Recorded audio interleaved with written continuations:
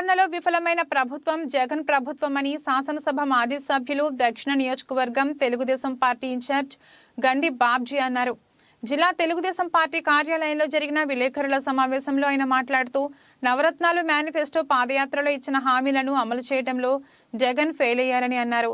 జగన్ 730 హామీలు ఇస్తే పూర్తిగా 21 హామీలు పాక్షికంగా సుమారు 80 హామీలు అమలు చేశారని చెప్పారు. రివర్స్ టెండర్స్ పేరుతో పోలవరం ప్రాజెక్టు పూర్తి చేయకుండా కాలయాపన చేస్తున్నారు. జగన్ రాష్ట్రంలో ఇరిగేషన్ ప్రాజెక్టులను నిర్వీర్యం చేశారు. ఇసుకలో జగన్ పెద్ద ఎత్తున అవినీతికి పాల్పడ్డారని అన్నారు. ఇవి కాకుండా సుమారు 730 హామీలు ఇచ్చాడు ఈ రాష్ట్రానికి. ప్రతి జిల్లాకి కొన్ని, స్టేట్ వైడ్ కొన్ని.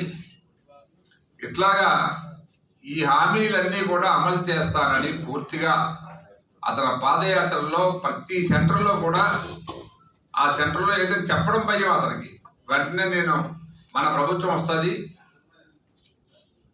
జగనన్న రాజ్యం వస్తుంది, వెంటనే అవన్నీ అమలు చేద్దామని చెప్పి హామీలు ఇచ్చిన మహానుభావుడు ఈరోజు రాష్ట్రం మొత్తం మీద 730 హామీలు ఇస్తే 21 హామీలు కూడా సరిగా అమలు చేయలేదు. ఆ లెక్కను చూస్తే అది 3%.